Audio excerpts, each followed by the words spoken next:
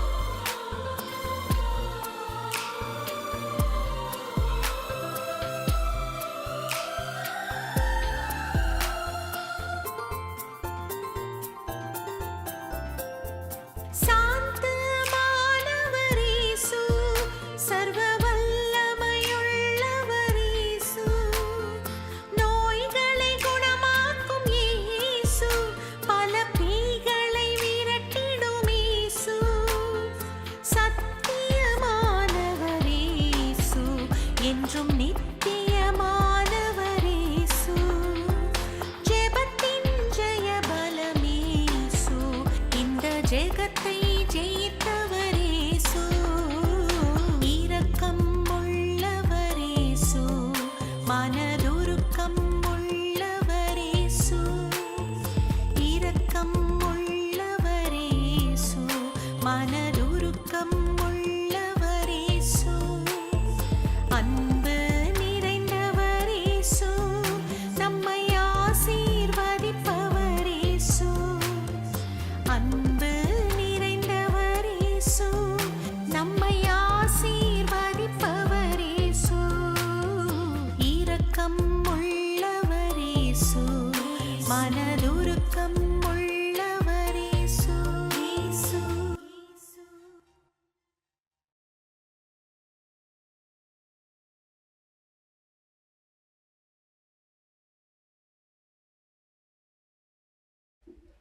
ஹல்லேலூயா.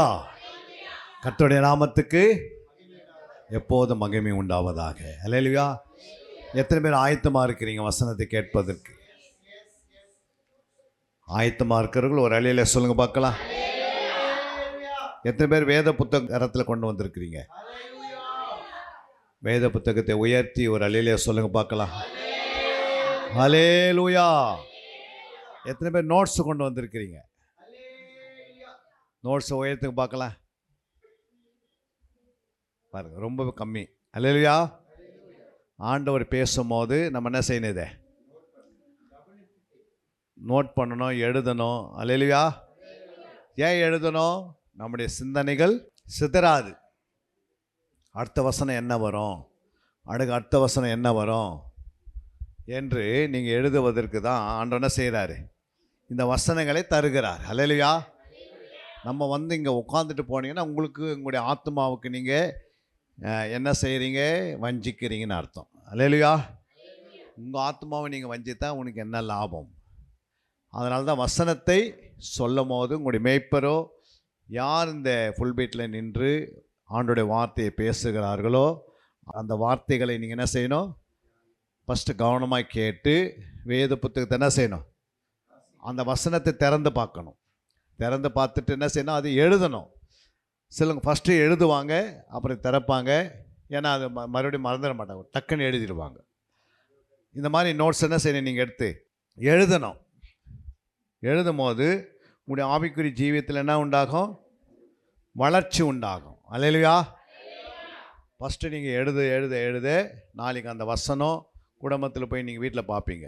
என்னென்ன வசனம் சொன்னாங்க, குடும்ப ஜபத்தில் அதை பயன்படுத்த முடியும். அந்த வாரம் ஃபுல்லாக எடுத்து இந்த வாரத்தினுடைய மெசேஜே உங்கள் வீட்டில் தியானிக்கலாம், அதை ஆராய்ந்து பார்க்கலாம். அதன்படி நாம் வாழ்வதற்கு நமக்கு அது உபயோகமாக இருக்கும். ஹல்லேலூயா. ஏன்னா நீங்கள் காதால் கேட்டிருக்கிறீங்க, இந்த வசனத்துக்கு என்ன விளக்கம் வந்தது அப்படின்ட்டு நீங்கள் கேட்க தான் அது மனதில் படியும். அது இருதயத்தில் நீங்கள் எழுதுகிறீங்கன்னு. ஹல்லேலூயா. உங்களுடைய இருதயத்தில் நீங்கள் எழுதும் போது நீங்கள் நோட்டில் தான் எழுதுறீங்க, அது ஒரு பழக்கத்தை உண்டாக்குது. ஹல்லேலூயா. பாருங்கள், எழுதுகிற பிள்ளைங்க டீச்சர் சொல்லும் போதே அந்த பிள்ளைங்க எழுதினே இருக்கும்போது என்ன ஆகுது? அந்த பிள்ளை வாழ்க்கையில் என்ன பண்ணுது? வீட்டில் போய் அதை பார்க்குது. எழுதின அந்த பிள்ளை ஒன்று வீட்டில் பார்த்து அது படிக்கும் போது அது ஃபஸ்ட் கிளாஸ் மார்க் எடுக்குது. ஹல்லேலூயா. ஆலயத்துக்கு வருங்க, அத்தனை பேர்கிட்ட நோட்ஸ் இருக்கணும், அத்தனை பேருக்கு வேத புத்தகம் இருக்கணும். சொல்கிற வசனத்தை பைபிள் என்ன பண்ணணும்? திறந்து பார்க்கணும். ஏன் பார்க்கணும்? இந்த வசனம் உன்னை காலுக்கு தீபமாக இருக்கும், இது பாதைக்கு வெளிச்சமாக இருக்கும். உன் வாழ்க்கையில் இது பேசிக்கினே இருக்கும். அப்போ உனக்கு வர வேண்டிய ஆசீர்வாதம் தடை இருக்காது. இன்றைக்கி நிறைய ஆசீர்வாதம் ஏன் தேவனுடைய பிள்ளைகள் இழந்து விடுகிறார்கள் என்றால், இந்த வசனத்தை என்ன செய்யறதில்ல, எழுதுறதில்ல, திறந்து பைபிளை பார்க்கறதில்ல. சும்மா இங்கே ஏதோ சினிமா தேட்டருக்கு வர மாதிரி கதைகளை பார்க்குற மாதிரிலாம் வரக்கூடாது. ஹல்லேலூயா. இது தேவனுடைய சமூகம், இங்கே தேவன் உலாவுகிறார். புரியுங்களா? உன் சிந்தனை சிதறும் போது சத்துருக்கு இடம் கடிச்சிடும். யூதாசுக்கு ஏன் இடம் கடிச்சிது? தேவ சமூகத்தில் தான் உட்காந்துருந்தான். அவன் எப்பவுமே உலகத்தை யோசிச்சுட்டு இருந்தான். அதனால தான் பைபிளை சொல்கிற வசனத்தை எழுதாத அவன் உட்கார்ந்ததுனால அவனுக்கு பண ஆசை இருந்தனால பிசாசனம் பண்ணிட்டான். அந்த திருவந்தை கொடுக்கறதுக்கும் ஆண்டவர் சொல்லிட்டார், இந்த அப்பத்தை நான் பிட்டு யாருக்கிட்ட கொடுக்குறனோ அவனுக்குள்ள அசுத்தாயிடும். அப்பத்தை பிட்டால் வயிற்றில் போனால் பிசாசு ஓடணும். ஆனால் அப்பம் உள்ளே போய் பிசாசு உள்ளே வருது பாருங்க. இல்லை, அதுக்காக வந்தது. அவனுடைய அப்பத்தை புசிக்கும் போது என்ன உண்டாயிருக்கணும்? விடுதலை உண்டாயிருக்கணும். இல்லை, ஆனால் அப்போ உள்ளே போகும்போது என்ன நடந்தது? பிசாசே உள்ளே போயிட்டான். ஹல்லேலூயா. அப்படின்னா அர்த்தம், நீங்கள் தேவ சமூகத்தில் உட்காரும் போது பிசாசுக்கு இடம் இருக்குது. தேவ சமூகத்தில் இங்கே வருவதுக்கு இடம் இருக்குது. அதனால் நம்ம இடம் கொடாமல், பிசாசுக்கு நம்ம என்ன செய்யக்கூடாது? இடம் கொடாமல் வாழணும். புரியுங்களா? இடம் கொடாமல் இருக்கணும். வாசிக்கலாம் ஒரு வசனத்தை. நீங்கள் தெரிஞ்ச வசனம் தான் உங்களுக்கு, வாசிக்கலாம் அந்த வசனத்தை. பிலிப்பியர் 2ஆம் அதிகாரம் 15ஆம் வசனத்தை வாசிக்க. கோணலும் மாறுபாடுமான சந்ததி நடுவிலே குற்றமற்றவர்களும் கபடற்றவர்களும் தேவனுடைய மாசற்ற பிள்ளைகளுமாய் இருக்கும்படிக்கு. அல்லேலூயா. கோணலும் மாறுபாடுமான சந்ததியின் நடுவிலே குற்றமற்றவர்களும் ஒன்று. 2 கபடற்றவர்களும், 3வது மாசற்ற பிள்ளைகளாக இருக்க வேண்டும். அல்லேலூயா. அப்போது இந்த பூமியில் ரட்சிக்கப்படாதவர்கள் எப்படி இருக்கிறாங்க? கோணலும் மாறுபாடான ஒரு சந்ததிக்கு நடுவில் நீங்கள் இருக்கிறீங்க. நம்ம எல்லாம் எப்படி இருக்கிறோம்? கோணலும் மாறுபாடான சந்ததிக்கு மத்தியில் வாசம் பண்ணி கொண்டு இருக்கிறோம். அவங்க மத்தியில் நம்ம எப்படி இருக்கணும்னா, 1 குற்றமற்றவர்களாக இருக்க வேண்டும். 1 குற்றமற்றவர்களாக இருக்க வேண்டும். 2 கபடற்றவளாக இருக்க வேண்டும். 3 மாசற்ற பிள்ளைகளாக இருக்கும்படி மாசற்ற பிள்ளைகளாக இருக்க வேண்டும். குற்றம் அப்படின்னா உங்களுக்குள் மீறுதல், அக்கிரமம், பாவம். என்னது? ஒருத்தருக்குள்ள குற்றம் இருக்குதுன்னா அவங்களுக்குள்ள என்ன இருக்கும்? மீறுதல், அக்கிரமம், பாவம். இந்த 3 இல்லாதவங்க தான் குற்றமற்றவர்கள். அல்லேலூயா. மீறுதல் எப்படி உண்டாகுது? அவருடைய வார்த்தைக்கு கீழ்ப்படினா மீறுதல் உண்டாகும். அல்லேலூயா. மீறுதல் எங்கே உண்டாகும்? நம்முடைய ஆவியில் உண்டாகும். ஆவியில மீறுதல், இருதயத்தில் அக்கிரமங்கள், சரீரத்தில் பாவம். அப்போ ஆண்டுடைய சொல்லுக்கு யாரெல்லாம் கீழ்ப்படியாது இருக்கிறீங்களோ அவங்களுக்குள்ள என்ன உண்டாயிருது? மீறுதல் உண்டாகும். அப்போ கட்டளையை மீறும் போது பிசாசுக்கு இடம் கிடைக்கும். ஆதாம் ஏவாளும் ஏன் மீறினார்கள் கட்டளையை? பிசாசு உள்ள நுழைஞ்சு இடம் கொடுத்தாங்க. அப்போது மீறினார்கள், அக்கிரமம் செய்தார்கள், பாவம் செய்தார்கள். சரிங்களா? மீறுகிறது வாயில், அக்கிரமம் இருதயத்தில், பாவம் சரீரத்தில். அது பிறகு அவங்க தோட்டத்தொட்டு வெளியே வந்துட்டாங்க. அல்லேலூயா. நம்முடைய வாழ்க்கையிலையும் நாம் மீறாமல் வாழணும். தேவனுடைய சபைக்கு கீழ்ப்படியணும். சபையின் வார்த்தைக்கு செவி கொடுக்கணும். நாமே ஆண்டவருக்கு இடம் கொடுக்கணும். அல்லேலூயா. அப்போ வார்த்தைக்கு மீறாமல் வாழணும். ஆண்டவர் என்ன சொன்னாரோ அதன்படி வாழ்ந்து காட்டணும். அல்லேலூயா. அப்போ மீறாமல், அக்கிரமம் செய்யாமல், பாவம் செய்யாமல் நம்ம எப்படி இருக்கணும்? பரிசுத்தமாய் ஜீவிக்கணும். அல்லேலூயா. அடுத்தது கபடற்றவளாக சொல்லிக்கிறாரு. கபடற்றல் என்ன அர்த்தம்? சொல்லுங்க.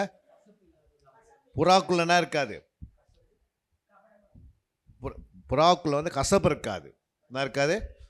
கசப்பு இருக்காது. அப்போது நம்முடைய வாழ்க்கை எப்படி இருக்குன்னு நமக்குள்ளே கசப்பு இருக்கக்கூடாது. நம்ம யார் மேலே கசந்து கொள்ளக்கூடாது, யாரையும் வெறுத்துக்கூடாது, யார் மேலும் அன்பாக இருக்க வேண்டும். எப்படி இருக்குன்னா, உன்னிடத்தில் அன்பு இருக்குன்னா அது சகோதரனோட உண்மை. அன்பாக இருக்கணும். அன்பு தான் என்ன செய்யும்? ஐக்கியத்தை கொண்டு வரும். எங்கே அன்பு இருக்கிறதோ அங்கே ஆத்ம ஆதாயம் இருக்கும். எங்கே அன்பு இருக்கிறதோ அங்கே தேவன் இருப்பார். எங்கே அன்பு இருக்கிறதோ அங்கே விடுதலையில் வாழ்வார்கள்.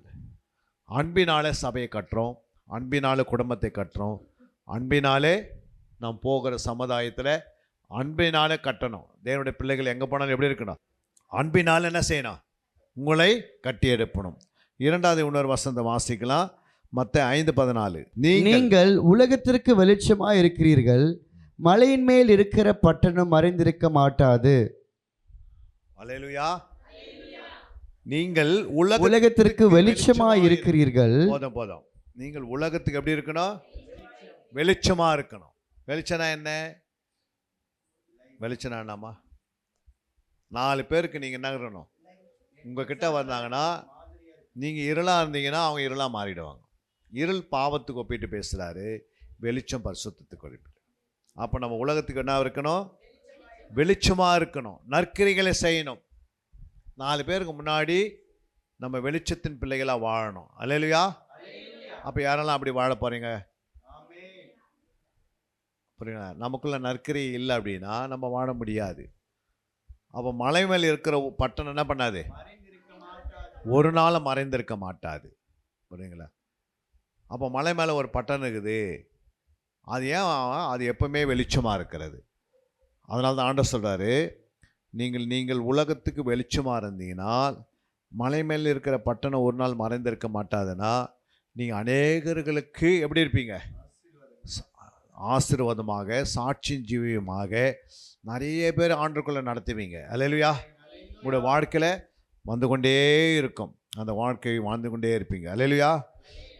அதே போல மத்தேயு 5:45 வாசிங்க.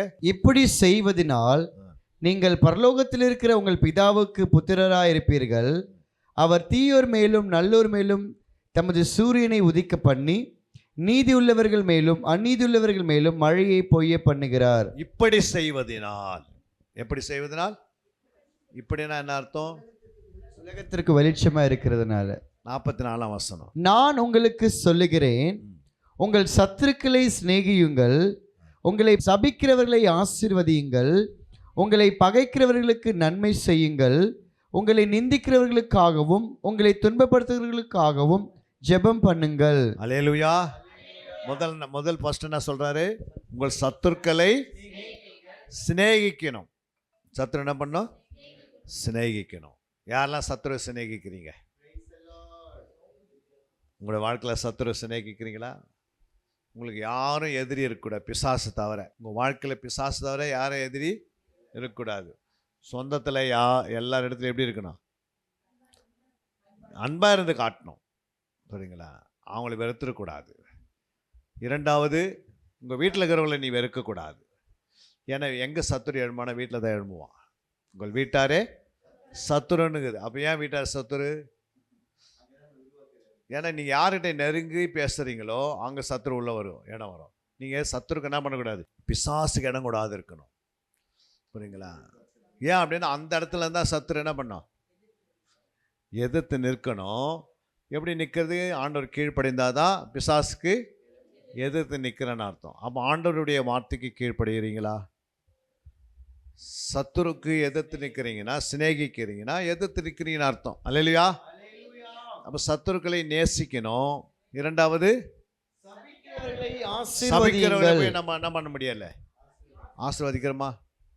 நம்மளை இஷ்டத்துக்கு சபிக்கிறாங்கன்னா ஆசீர்வதிக்கிறோமா? ஏன் நம்ம சபிக்கிறோம் சொல்லுங்க. சத்துருக்களை நம்ம என்ன செய்யணும்? சிநேகிக்கணும். உங்களை சபிக்கிறவர்களை ஆசீர்வதிக்கணும். ஏன் ஆசீர்வதிக்கணும்னா, அவங்க உலகத்தார் நம்மை சபித்தால் அவங்க சாபம் நமக்கு நிறைவேறாதான். என்னது? ஏன் நிறைவேறாது? அவங்களுக்குள் ஜீவன் இல்லை.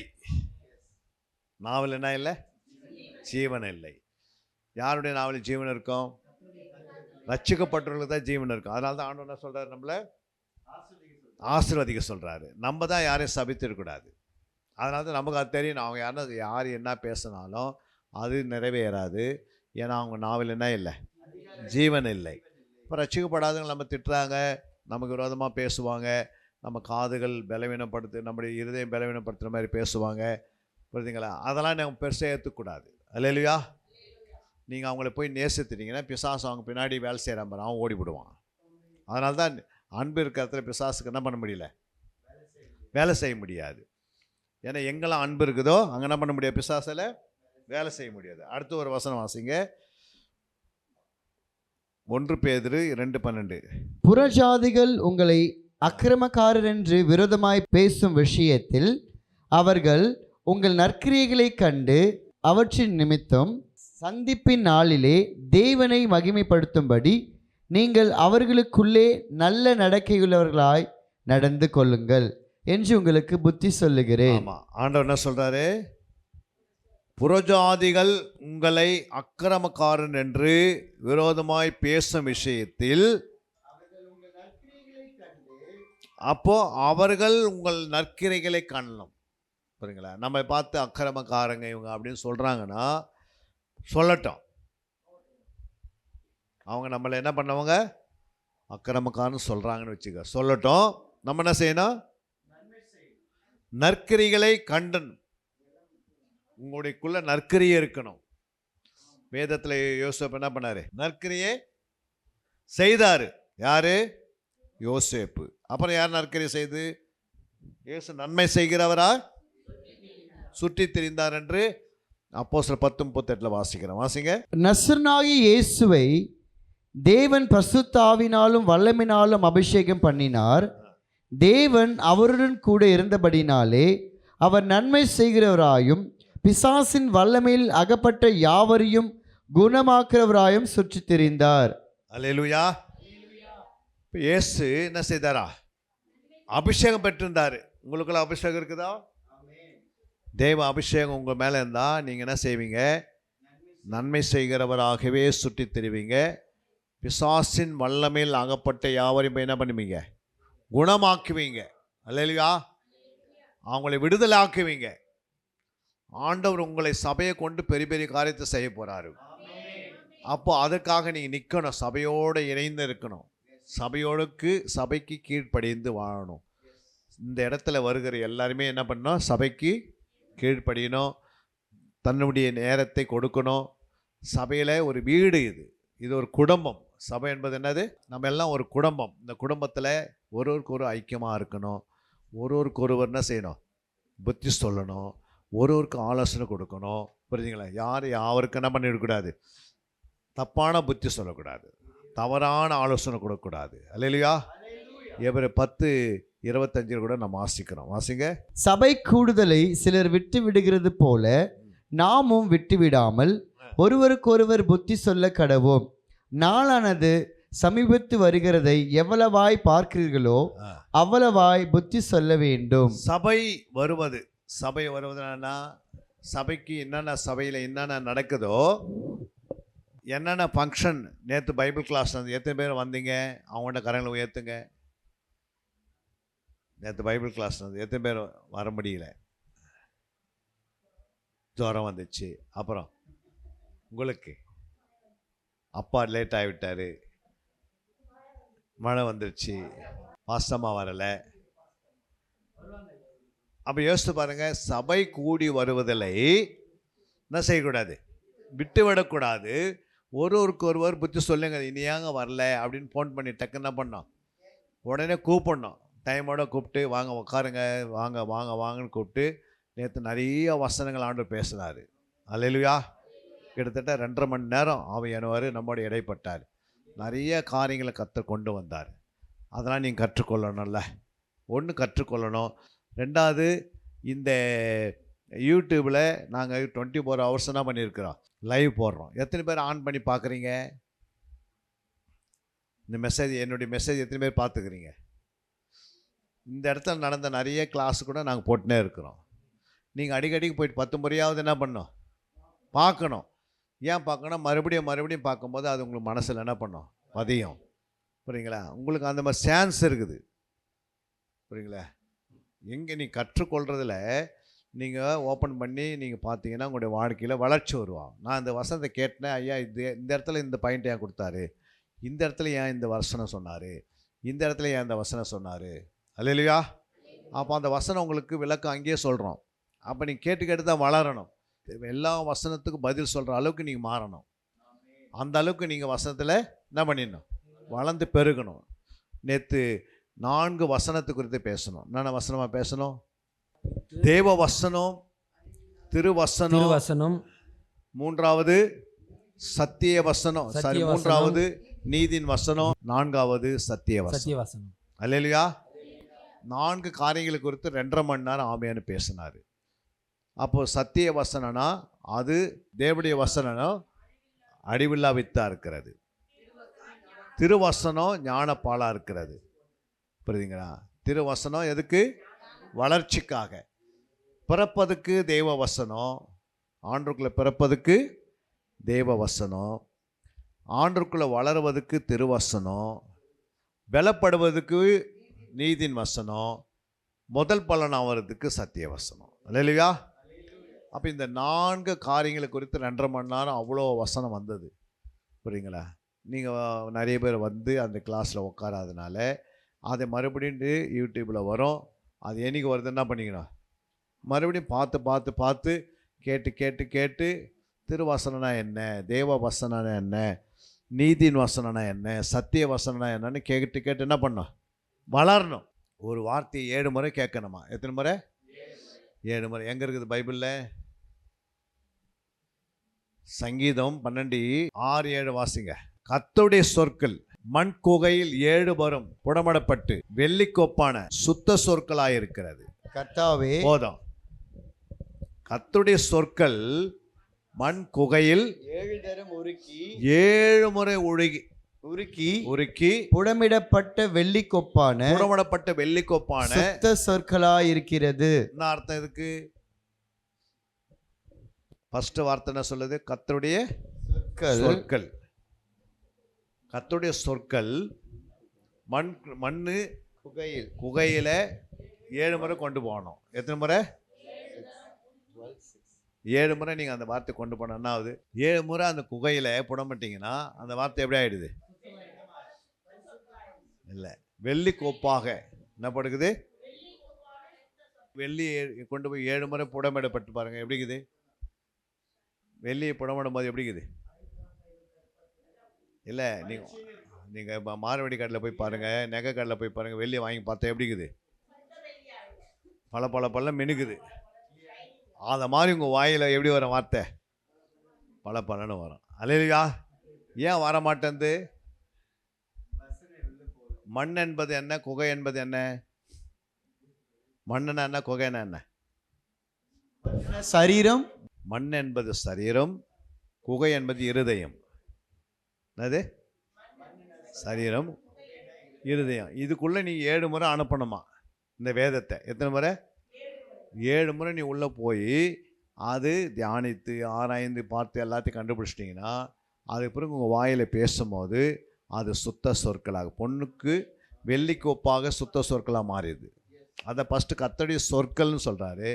அப்புறம் முடிவில் என்ன சொல்கிறாரு? வெள்ளிக்கு ஒப்பாக சுத்த சொற்களாக மாறுகிறது. அப்போ டைரெக்டாக எடுத்து நம்ம என்ன பண்ண முடியாது? கர்த்தருடைய சொற்களை ஒரே முறை பேசிட்டு நீங்கள் விட்டீங்கன்னா அது அவ்வளோதான். அதை தான் 7 முறை கேட்கணும். ஒரு மெசேஜ் 7 முறை நீ கேட்டிங்கன்னா அந்த 7 முறை கேட்கும் போது உங்களுடைய இருதயம் எப்படியாவது சுத்திகரிக்கப்படுகிறது, வாய் சுத்திகரிக்கப்படுகிறது. வாய் பேசும்போது அது சுத்த சர்க்கலாக மாறியது. நம்முடைய சரீரத்தில் கிரிகள் வந்து பரிசுத்தமாகுது. புரியுங்களா? நீங்கள் பாருங்கள், நீங்கள் எடுத்து போட்டு பாருங்கள். வெள்ளி 7 முறை போட்டான்னா ஆகுது? அதுக்குள்ளே என்ன இருக்காது? களிம்பு இருக்காது. புரியுங்களா? அதுக்குள்ளே என்ன இருக்காது? களிம்பு இருக்காது, அழுக்கு இருக்காது. அல்லேலூயா. அந்த அளவுக்கு நம்ம ஆண்டோடைய வார்த்தைக்கு நேரம் கொடுக்கணும். சும்மா ஒரு முறை பைபிள் வாசிட்டு போயிடக்கூடாது. ஒரு மெசேஜ் ஒரு முறை கேட்டால் தெரியாது.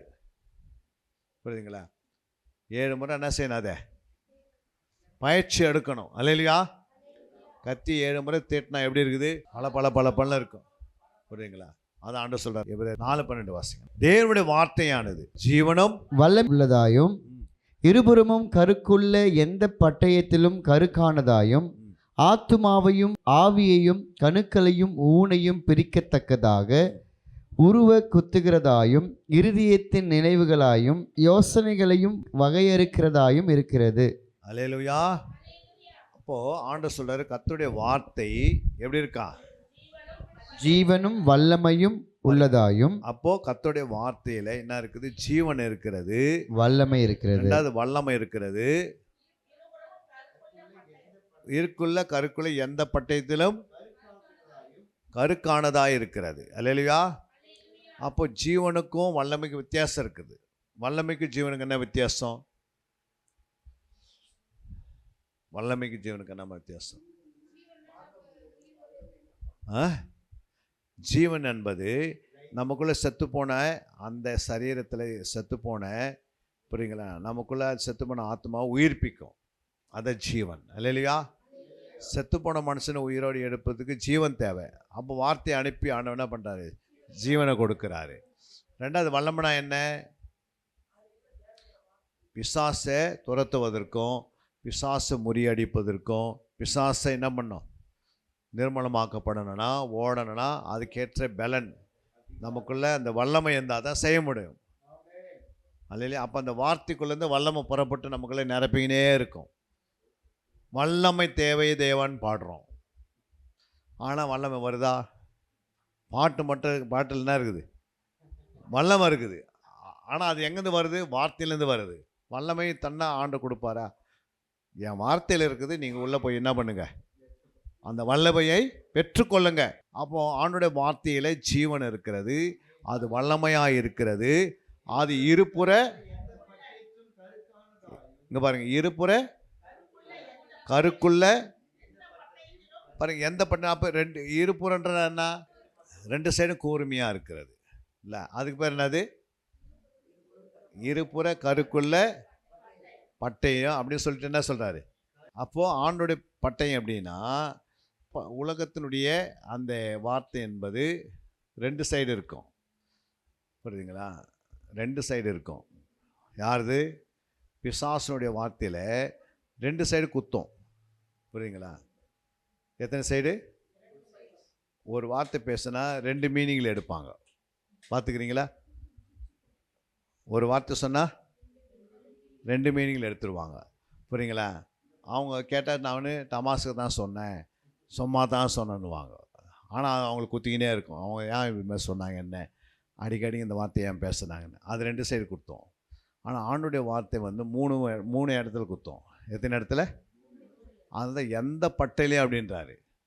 இருப்புற ஒரு சைடு குத்துறது வந்து மனுஷனுடைய வார்த்தை. என்னது? ஒரு சைடு மனுஷனுடைய வார்த்தை. புரியுதுங்களா? 2 சைடு குத்துறதுக்கு பிசாசுன்னு வார்த்தை. அல்லேலூயா. பிசாசுக்கு நாக்கு எத்தனைக்குது? சர்பத்துக்கு. ஆனால் ஆண்டோடைய வார்த்தை எப்படி இருக்குன்னா, ஆவி, ஆத்மா, சரித்து 3மே குத்தம்.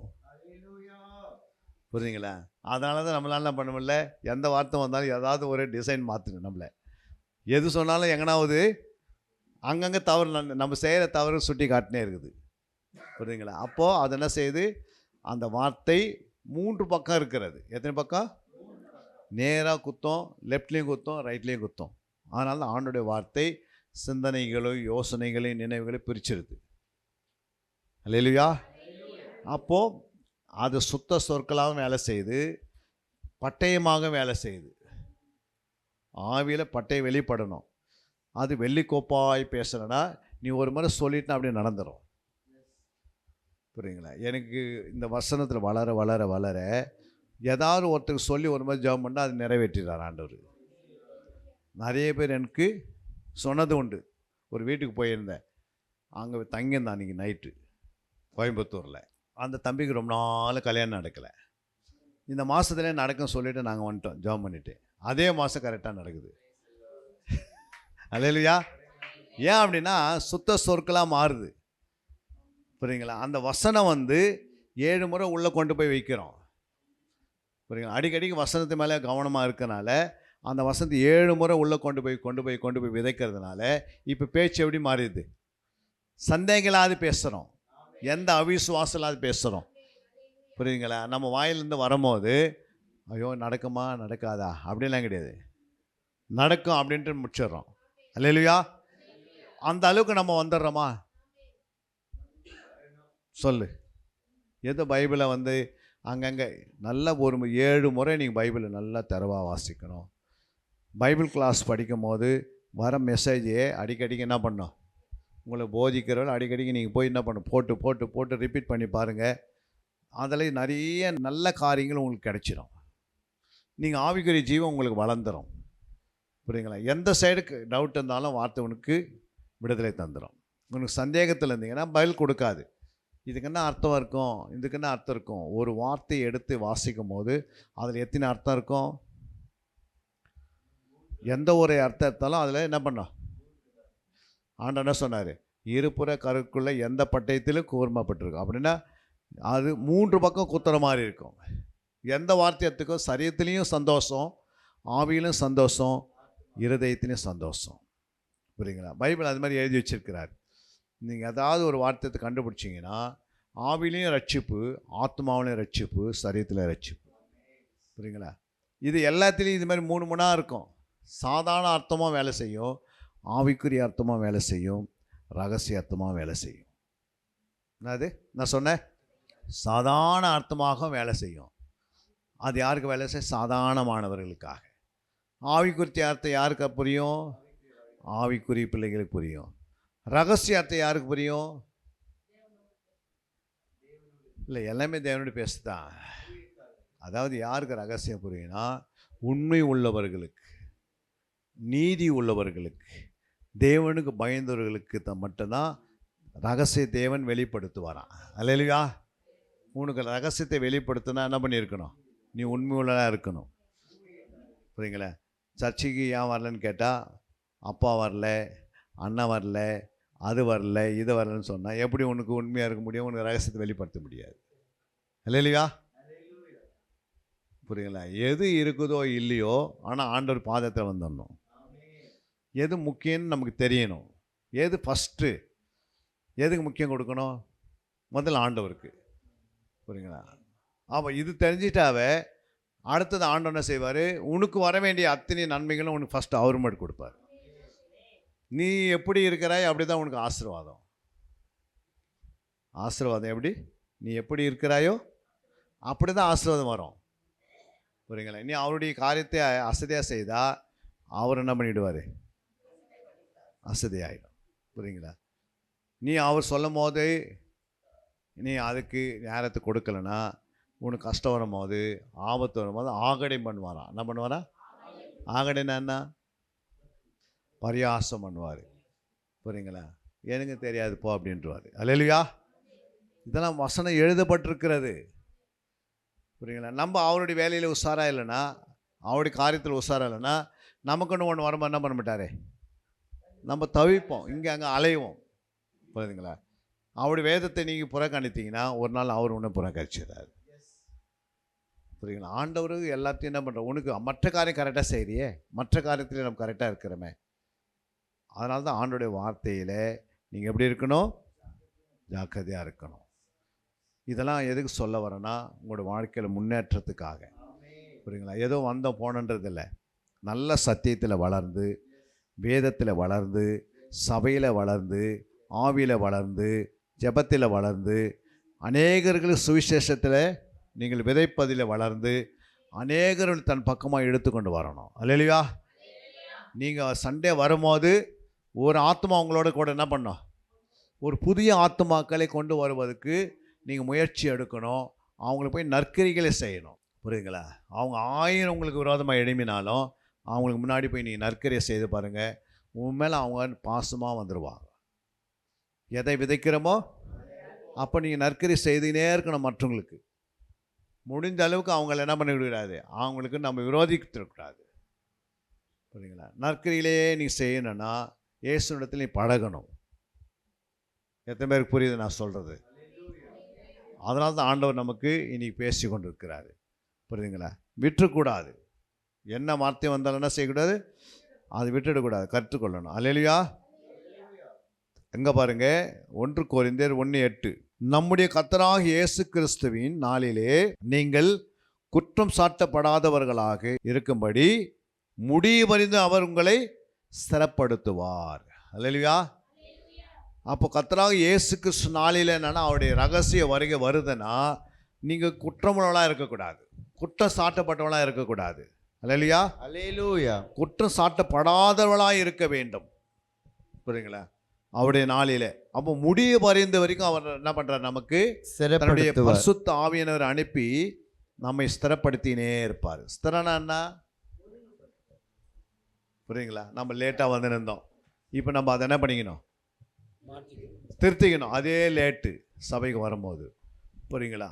அப்போனா அது கர்த்தர் கேட்பார், நீ ஸ்திரப்படலாமா அப்படின்வார். ஸ்திரப்பட வேண்டியது அவசியம். அவரே உங்களை ஸ்திரப்படுத்துவார்னா ஆவியானவர் உனக்குள்ளே இடம் கொடுக்கணும். ஆவியானவர் உன்னை ஸ்திரப்படுத்துவார். அல்லேலூயா. டைமோடு போயிடு.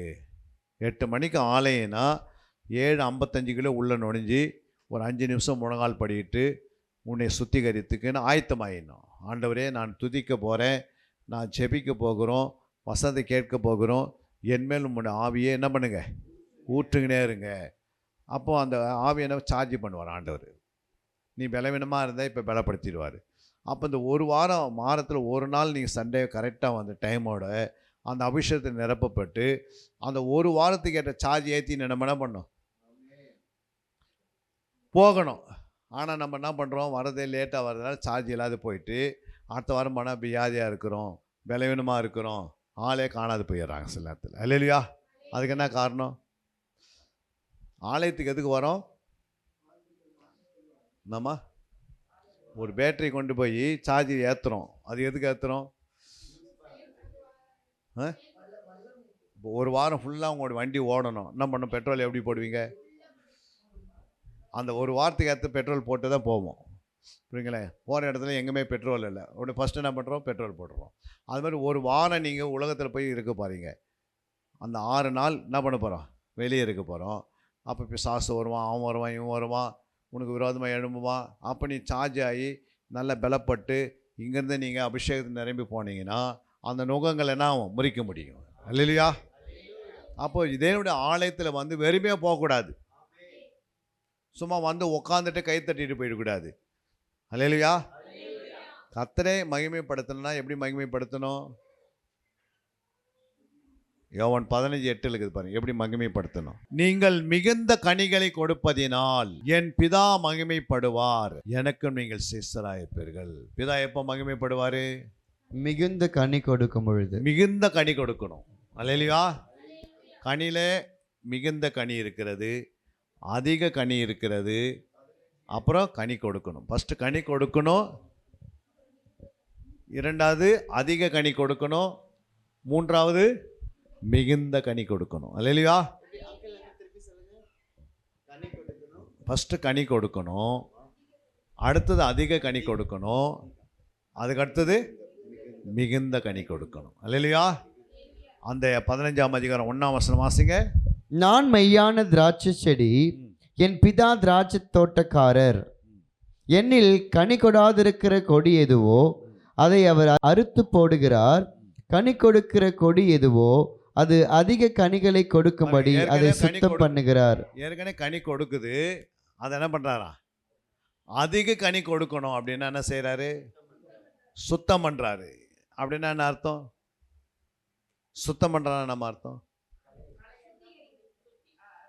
தேவையில்லாதெல்லாம் அந்த கிளையில் என்ன பண்ணுவார், தேவையில்லாத கிளைங்களாம் வரும். அதான் தேவையில்லாத கிளையில், தேவையில்லாத கிளையெல்லாம் அதை கட் பண்ணுவாங்க. புரியுங்களா? சில வேகமாக வளரும், அதில் கனி இருக்காது, அந்த கிளையை அப்படி கட் பண்ணி எடுத்துருவாங்க. அப்படின்னா என்ன அர்த்தம்னா, நம்ம எங்கெங்கெல்லாம் வந்து கீழ்ப்படியாது போகிறோமோ அங்கெல்லாம் என்ன பண்ணுவார், ஆண்டவர் சிட்சிப்பார். அல்லேலூயா. அப்போ சிட்சிக்கும் போது எப்படி இருக்கும், நம்ம ஆண்டவர் ஏன் சிட்சிக்கிறார் ஒரு மனுஷனை? அப்போ அதுக்கு தான் சிட்சிக்கிறார், வலிக்கிறதுக்காக சிட்சிக்கிறது இல்லை, அவர் நேசிக்கிறதா சிட்சிக்கிறார். அல்லேலூயா. உங்களை யாராவது சிடச்சிடச்சுன்னு பேசுகிறாங்கன்னு வச்சுங்க, அப்போ உங்களை நேசிக்கிறான்னு அர்த்தம். அடிக்கடி உங்களுக்கு ஏதாவது சொல்லினே இருக்கிறாங்கன்னு வச்சுங்க, அப்போது உங்களை நேசிக்கிறான்னு அர்த்தம். உங்களுக்கு யாருமே சொல்லனா நீங்கள் என்ன மாறிடுறீங்க, வேசின் பிள்ளையாக மாறிடுவீங்க. அப்போ நம்மளுக்கு யாராவது சொல்கிறது 2 பேர் பக்கத்தில் வச்சுக்கணும். தான் தப்பு செய்கிற தவறுகளை சுட்டி காட்டுறதுக்கு யாராவது 2 பேர் நல்ல பரிசுத்தம் பக்கத்தில் வச்சுக்கினீங்கன்னா நம்ம அழகாக வளர்ந்துருவோம். நம்ம என்ன பண்ணுறோம், யாராவது சொன்னால் அவங்க பாருங்கள் என்னையே பேசுகிறாங்க அப்படின்வாங்க, என்னையே ஏதோ என்ன பண்ணுறாங்க, தப்பாக பேசுகிறாங்களே, நான் கரெக்டாக தானே வந்தேன் சர்ச்சுக்கு. அல்லேலூயா. அப்போ ஆண்டவர் அதிக கனி கொடுப்பதுக்காக முயற்சி எடுக்கிறாரு. அல்லேலூயா. கனி கொடுத்தீங்க, இப்போனா கனி எப்படி கொடுக்கணும், அதிக கனி கொடுக்கணும். புரியுங்களா? அப்போ அதிக கனி கொடுக்கணும்னா அவர் சுத்தம் பண்ணுவார். அப்படின்னா என்ன அர்த்தம், சிட்சிப்பார், கண்டிப்பார், உங்களை கடிந்து கொள்வார். இதெல்லாம் எதில் வருது, சிட்சிப்பது, கடிந்து கொள்வது, கண்டிக்கிறதுல எதில் வருது, சிட்சிப்பில் வருது. அல்லேலூயா. அப்போ யாரை ஆண்டு நேசிக்கிறாரோ அவங்க தான் அதிகம் கனி கொடுக்க முடியும். நேசிக்காத என்ன பண்ண முடியாது, கனி கொடுக்க முடியாது. புரியுங்களா? ஐயோ எனக்கு சிச்சிக்கு இடம் கிடையாது, 4 சிச்சிகளை நான் இடம் மாட்டேன், நான் வேறு சர்ச்சுக்கு ஓடிடுறேன், அங்கே ஓடிடுறேன், இங்கே ஓடிடுறேன்னா அப்படி ஓடுறது எதுக்கு பிரயோஜனம்? இன்னும் அதிகமாக நம்ம பலவீனம் ஆகிடுவோம். புரியுங்களா? ஒரு மரத்தை கொண்டு போய் அங்கங்கே நட்டானா ஆகும், இருக்கிற கனி கொடுக்குது பாரு, அது கொடுக்கவே போயிடும். அதனால தான் ஆண்டவர் பண்ணிட்டாரு, தேவனுடைய ஆலயத்தில் நம்மளை நாட்டப்பட்டவராக இருக்கணும். எங்கே நாட்டப்பட்டிருக்கிறீங்களோ அங்கே தான் நீ கனி கொடுக்கணும், அங்கே தான் வளர முடியும். அப்போது அதிக கனி கொடுத்தீங்க, அந்த கனி நிலைத்திருக்கும். அதாவது அந்த கனி அதிக கனி கொடுக்கும்படி நான் என்ன செய்தேன், சுத்தம் பண்ணுகிறேன். 3ஆம் வசனம் சொல்லுது, நான் உங்களுக்கு சொன்ன உபதேசத்தினாலே நீங்கள் இப்பொழுதும் சுத்தமாக இருக்கிறீர்கள். பாருங்க, அப்போ நம்மளாம் எப்படி இருக்கிறோம், உபதேசத்தில் சுத்தமாக இருக்கிறோம். என்ன இது உபதேசனா என்ன, போதனைனா என்ன, பிரசங்கனா என்ன? உபதேசம் என்பது அட்வைஸ் பண்ணுறது, போதனைனா கற்றுக் கொடுக்கறது, பிரசங்கம்னா பிரிச்சு பண்ணுறது. ஆனால் இங்கே என்ன சொல்கிறாரு, உபதேசிக்கும் போது புரியுங்களா, பிரசங்கம் பண்ணும் போது வெளிக்கிற ஆத்மா உள்ளே வருது. நம்ம பிரசங்கம் பண்ணால் எங்கேருந்து வருது? பிரசங்கம் சபைக்குள்ளே இல்லை, சபைக்கு வெளியே போய் பிரசங்கம் பண்ணணும். நிறைய பேர் பார்த்தா சபைக்குள்ளேயே பிரசங்கம் பண்ணுங்கிறாங்க. அல்லேலூயா. புரியுங்களா, வெளியே பிரசங்கம் பண்ணணும், சபைக்குள்ளே என்ன பண்ணணும்? உபதேசமும் அண்டு டீச்சிங் கற்றுக் கொடுக்கணும். புரியுங்களா, அதுதான் நான் உனக்கு போதித்து நீ நடக்க வேண்டிய வழியை காட்டுவேன். அப்போ போதிக்கிறது எதை சொல்லுகிறது? நான் உனக்கு போதித்து நீ நடக்க வேண்டியனா எதை குறித்து போதிக்கிறாரு? இல்லை, எப்படி நடக்கணும்ல அதை போதிக்கணும். எது? நான் உனக்கு போதித்து அந்த நடக்க வேண்டிய வழியை தான் போதிக்கணும். நடக்க வேண்டிய வழியை போதிக்காம அப்புறம் என்ன பண்ண முடியாது? ஆலோசனை கொடுக்க முடியாது. நான் உனக்கு போதித்து நீ நடக்க வேண்டிய வழியை உனக்கு காட்டுவேன், உண்மையில் என் கண்ணை வைத்து. ஆலோசனை எப்போ வருது? கவுன்சிலிங்கு ஃபஸ்ட்டு, டீச்சிங்கு அடுத்தது, ரெண்டாவது கிரியேஷன், மூன்றாவது கவுன்சிலிங். போதிக்கணும், நடக்கணும், கவுன்சிலிங் கொடுக்கணும். ஆனால் சிலவங்க பாருங்கள், போதிக்க மாட்டாங்க, நடப்பதுக்கு சொல்லி தர மாட்டாங்க. அல்லேலூயா. டைரெக்டாக கவுன்சிலிங் கொடுப்பாங்க. இப்படி நடக்கணும், இப்படி யாருமே நடக்கிறது இல்லை. அல்லேலூயா. நடக்க முடியுமா? ஃபஸ்ட்டு என்ன செய்யணும்? போதிக்கணும். இப்படி சத்தியம் இருக்கிறது, இப்படி தான் வாழணும், இப்படி தான் வாழணுன்றது ஆண்டவராக இயேசு என்ன செய்தார்? போதிக்க கற்றுக்கொடு. அதான் ஆவியான உங்களிடத்தில் வரும்போது முதல்ல அவர் என்ன செய்கிறார்? போதிக்கிறார். இரண்டாவது நடக்கிறதுக்கு அந்த போதிக்கிறாரு. மூன்றாவது நீ வளர்ந்துனே வந்தால் இன்னும் கொஞ்சம் எக்ஸ்ட்ரா வளர்த்து கவுன்சிலிங் கிடைக்கும். கவுன்சில் எது கிடைக்குது? ஆலோசனை. இன்னும் கொஞ்சம் வளர்ச்சிக்காக இன்னும் கெட்ட போன்னு கொடுத்து நிற்பார். ஒருவேளை நீ நடக்கிறது தப்பாக நடந்தால் அதை சரி செய்யறதுக்கு ஆலோசனை கிடைக்கும். ரெண்டுமே ஆலோசனை கொடுக்கறது தான். புரியுங்களா? தவறு செய்தாலும் அதுக்கு ஒரு ஆலோசனை, நல்ல செய்தால் ஆலோசனை கொடுத்துனே இருக்கணும். அல்லேலூயா. அடுத்த படிக்கு வா. புரியுங்களா? 30% கனி கொடுத்த, அடுத்தது 60% கொடு, அப்புறம் 100% கொடு. அப்படி தான் என்ன பண்ணார் ஆண்டவர்? அதுதான் அங்கே சொல்கிறார், உபதேசம் வரும்போது சுத்தமாகிறார்கள். பிரசங்கம் வந்து வெளியிற மக்களை உள்ளே கொண்டு வருது. புரியுங்களா? உள்ளுக்கிற வந்த பிறகு ஜனங்களுக்கு போதிக்கணும். புரியுங்களா? போதித்து கொண்டிருக்கும் போது அவங்களுக்கு என்ன பண்ணோம்? உபதேசிக்கணும். என்ன பண்ணோம்? உபதேசத்துக்கு பரலோகத்துக்குள்ளே நுழைவதுக்கு உபதேசம் அவசியம். நீங்கள் பரலோகத்துக்கு உள்ளே போகணும், என்ன பண்ணோம்? அதான் நம்ம வாசிக்கிறோம். 2 தீமோத்தேயு 3ஆம் அதிகாரம் 16, 17 வாசிங்க. தேவ வாக்கியங்கள் எல்லாம் தேவ ஆவினாலே அருளப்பட்டிருக்கிறது. தேவனுடைய மனுஷன் தேறினவனாகவும் எந்த நற்கிரியை செய்ய தகுதியுள்ளவனாகவும் இருக்கும்படியாக அவைகள் உபதேசத்திற்கும் கடிந்து கொள்ளுதலுக்கும் சீர்திருத்தலுக்கும் நீதியை படிப்பித்தலுக்கும் பிரயோஜனமுள்ளவைகளுமாய் இருக்கிறது. அப்போ தேவனுடைய வேதம் வந்து எதுக்காக யூஸ் பண்ணோம்? தேவனுடைய வேதம் எதுக்காக? ஒன்று, அதில் நல்லா தேறிடணும். புரியுங்களா? உங்களை இங்கே உட்காந்துருக்க அத்தனை பேர் தேரணும். புரியுங்களா? எதில் தேரணும்? தேவனுடைய அந்த வாக்கியங்களினாலே, வார்த்தையினாலே, சத்தியத்தினால நல்லா நீங்கள் தேறி, புரியுங்களா? பயிற்சி எடுத்துக்கினே இருந்தால் என்ன பண்ணுவீங்க? பாஸ் பண்ணினே இருப்பீங்க. புரியுங்களா? நல்லா படிக்கிறான அந்த பிள்ளைங்க என்ன உண்டாகுது? தேர்ச்சி பெறுறாங்க. அது மாதிரி நீ தேறினே இருக்கணும்.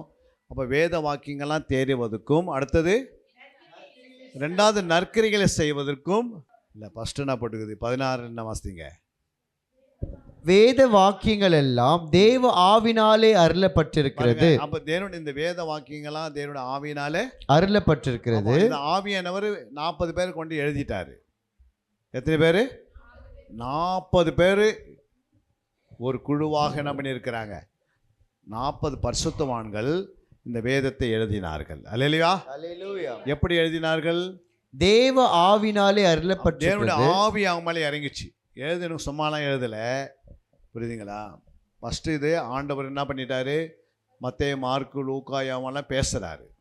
புரியுங்களா? அவர் பேசும்போது, மத்தேயு, மார்க்கு, லூக்கா, யோவான் பேசும்போது இப்போ அந்த வார்த்தைலாம் எங்கே இருக்குது? தேவனுடைய மனுஷனுக்குள்ளே இருக்கிறது. இப்போ மத்தேயு பேசினார்ல, இப்போ பேதுருக்கிட்ட பேசினார், யோவான்கிட்ட பேசினார், அப்புறம் எல்லாருக்கிட்ட 12 சீசர்கிட்ட பேசினார். நிறைய பேசினே போகிறாரு. அந்த வார்த்தைலாம் எங்கே இருக்கிறது? எல்லாம் அது காற்றிலே இருக்குது. எங்கே இருக்குது? இயேசு பேசும்போது யாராவது 2 பேர் என்ன பண்ணல? சொல்லுங்கம்மா. ரெக்கார்டு பண்ணல, ஒரு நோட் எடுத்துனது எழுதலை, எதுவுமே செய்யலை. பேசி அவர் என்ன பண்ண பேசினே போகிறாரு. இப்போ அந்த வார்த்தைலாம் எங்கே இருக்குது? காற்றுகளே இருக்குது. புரியுங்களா? இப்போ இந்த காற்று இருக்கிற வார்த்தை ஆவியானவருக்கு தெரியும். புரியுங்களா? ஆவியானவர் அதை கேட்டுக்கொண்டே இருக்கிறாரு. இயேசு பேசுறதெல்லாம் அந்த ஆவியானவர் ஒரு மனுஷனுக்குள்ளே புகுந்துடுறாரு. என்ன செய்கிறாரு? புகுந்த பிறகு பவுலுக்குள்ளே ஆவியானவர் புகுந்துட்டார். இப்போ ஆவியன் உள்ளே போன பிறகு அவர் 13 நிருபங்கள் எழுதுகிறாரு. அல்லேலூயா. எப்போ பேசுனதே நடுவில் 10 வருஷத்துக்கு முன்னாடி பேசுனதை எடுத்து இன்றைக்கி எழுதுகிறாரு. நம்ம நேற்று சொன்னதே மறந்துட்டு உக்காந்து எடுக்கிறோம். அல்லேலூயா. 3 நாளைக்கு முன்னாடி காலையில் என்ன பண்ணீங்க, பிரேக்ஃபாஸ்ட் என்ன பண்ணீங்கன்னு அதுவே தெரியாது. சாப்பிட்டதே நான் மறந்துட்டேன்னா வசனம் வந்துடும்ல. புரியுங்க? 3 நாளைக்கு முன்னாடி என்ன சாப்பிட்டேன்னு கேட்டால் என்ன பண்ண முடியல, சொல்ல முடியாது. புரியுங்களா? அதெல்லாம் நம்ம சேர்த்து வச்சா மாண்ட என்ன பண்ணோம். அதனால தான் நம்முடைய இந்த இடத்துல மூளையில் என்ன பண்ணுறாரு ஆண்டவர், மெமரி கார்டை வச்சுருக்கிறாரு. என்ன கார்டு? அது தானாகவே டெலீட் ஆகும். நீ 9ஆம் கிளாஸ் படித்த 10ஆம் கிளாஸில் நீ போய் உக்காந்துட்டு மறுபடியும் கூப்பிட்டு நீ பேப்பரை கொடுத்து எழுதுனா எழுத மாட்டாங்க. எழுதுவாங்களா? ஏன்னா அது டெலீட் ஆகிடுச்சு. ஆனால் வேதம் இருதயத்தில் எழுதுகிறாரு.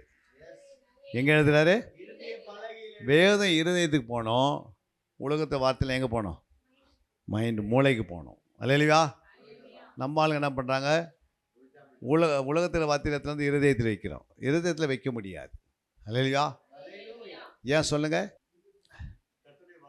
கர்த்தருடைய வார்த்தை அவர் சொல்கிறாரு, இருதயத்தின் நிறைவு வாய் பேசும். மூளை நிறைவு வாய் பேசுன்னு எங்கே எழுதலை. அதனால தான் மூளைன்ற வார்த்தை பைபிள் எங்கேயுமே இல்லை. அல்லேலூயா. எங்காவது இருக்குதா? மூளைன்ற வார்த்தை கிடையாது. ஏன் அப்படின்னா இருதயத்தின் நிறைவு வாய் பேசணும். மீது உலகத்தில் படிக்கலாம், நீ அது மூளையில் கேட்டு மறந்துட்டு போயினே இருப்பேன். ஆனால் இருதயத்தில் வர வார்த்தை அது உன்னை புடமிடும், உன்னை பரிசுத்தமாக்கும், உன்னை நல்ல ஒரு மனுஷனாக மாற்றும். இருதயத்தின் நிறைவு வாய் பேசினே இருக்கணும். அப்போ இருதயத்தில் வசனம் எப்படி வரும்? நீ கேட்கணும், நீயே அது 10 முறை கேட்கணும், நீரே வாசிக்கணும், கேட்கணும். அதை கொண்டு இருதயத்தில் வைக்க வேண்டியது உன் வேலை. புரியுங்களா? ஏற்ற நேரத்தில் எடுத்து ஆவி என்ன பண்ணுவார்? பேசுவார். ஒருத்தருக்கு என்ன நிலைமை இருந்தாலும் அந்த நேரத்துக்கு என்ன பண்ணுவார்? அந்த வார்த்தை கரெக்டாக எடுத்து கொடுப்பார். இந்த அம்மா கிட்ட இந்த வசனத்தை பேசுங்க, இந்த அம்மா கிட்ட இந்த வார்த்தை பேசுங்க, இந்த ஐயா கிட்ட இது பேசுங்க. புரியுங்களா? அப்போது இருதயத்தில் வசனம் இல்லைன்னா நம்ம ஆண்டவர் உங்களை வச்சு ஊழியம் செய்யவே முடியாது. ஊழியம் வெறுமையாயிடும். யாரும் உங்கள் ஓடிக்கிட்டே வரவே மாட்டாங்க. இல்லையா? ஏன் வரலன்னா உங்கள்கிட்ட என்ன இல்லை? இருதயத்தில் என்ன இல்லை? வசனம் இருதயம் நிரப்பப்படலை. ஏன் நிரப்பப்படலை? தியானிக்கலை. புரியுங்களா? அதெல்லாம் நம்மளே வெறுமையான பாத்திரமாக இருக்கிறோம். புரியுங்களா? நம்ம நிறைவான பாத்திரமாக இருந்தால் நம்மளை அநேகர் எடுத்து பயன்படுத்துவார். இயேசுக்கிட்ட நிறைவான வார்த்தை இருந்தது. அவருக்கு உட்காரத்துக்கே என்ன இல்லையா? இடமில்லை. தலை சாக்க இடமில்லை. ஏன் இடம் இல்லை? சொல்லுமா, ஏன் தலை சாக்க இடமில்லை? தலை சாக்க இடமில்லைன்னா என்ன இல்லாட்டுன்னா, அவருக்கு ஆண்டவர் கொடுத்த அந்த வேலையை செய்து முடிப்பதற்கு அதுக்கு கொஞ்ச நேரம் ரெஸ்ட் எடுத்துக்கலாம் அப்படின்னு ரெஸ்ட் எடுக்கிறதுக்கு டைமே இல்லை. அல்லேலூயா. அவ்வளோ வார்த்தை உள்ளே இருக்குது. அதை எடுத்து யாராவது சொல்லணுமோ என்ன பண்ணுறாரு? இங்கே உட்காந்து இருக்கிறாரு. நேரடியாக இயேசு என்ன பண்ணுறாரு? அங்கே ஒரு லேகியன் இருக்கிறான். அவன் எங்கே இருக்கிறான்? கபரிஸ்தானில் இருக்கிறான். எங்கே இருக்கிறான்? கபரிஸ்தான். இந்தியில் கபரிஸ்தான் சொல்லுவோம், தமிழில் கல்லறைன்றோம். புரியுதுங்களா? இந்தியில் கபரிஸ்தான். அப்போது அந்த கல்லறையில் ஒருத்தன் என்ன பண்ணுகிறான், கல் எடுத்து அவனையும் அடிச்சுக்கிறான். அல்லேலூயா. இப்போ அந்த இடத்துக்கு ஏசு எப்படி போகிறாரு, எப்படிம்மா போனார்? அவன் ஜெபம் பண்ணியிருந்தான் இல்லை, ஏன்னா அவனும் ஒரு யூதனாக இருக்கிறான். அல்லேலூயா. அப்போ ஆண்டவர் என்ன செய்கிறாரு, ஆண்டவர் சொன்னார் ஆபிரகாமை பார்த்து, நான் உன்னை என்ன செய்ய போகிறேன், தலைமுறை தலைமுறை ஆசீர்வதிக்க போகிறேன், நான் உன்னோட உடன்படிக்கை பண்ணிக்கிறேன், உன் பிள்ளைகளை நான் என்ன பண்ண போகிறேன், என்றென்றைக்கும் ஆசீர்வதிக்க போகிறேன் அப்படின்னாரு. ஆனால் அவர் வந்து என்ன பண்ணிட்டாரு, இல்லை, அவர் வந்து தேசத்தை பார்க்குறாரு, அவர் ஊரை பார்க்குறாரு. ஆபிரகாமுடைய தேசத்தை, ஆபிரகாமுக்கு ஆண்டவர் என்ன பண்ணார், கானான் தேசத்தை கொடுத்தாரு. நான் இந்த தேசத்தை என்ன பண்ணுவேன், உனக்கு கொடுப்பேன்னு சொன்னார். அந்த தேசத்தில் வந்து பார்த்தா எப்படிங்கிறாங்க ஜனங்க, எப்படிமா இருந்தாங்க, ஆபிரகாம் பிள்ளைங்க எப்படிமா இருந்தாங்க, எப்படி இருந்தாங்க சொல்லுங்கள்.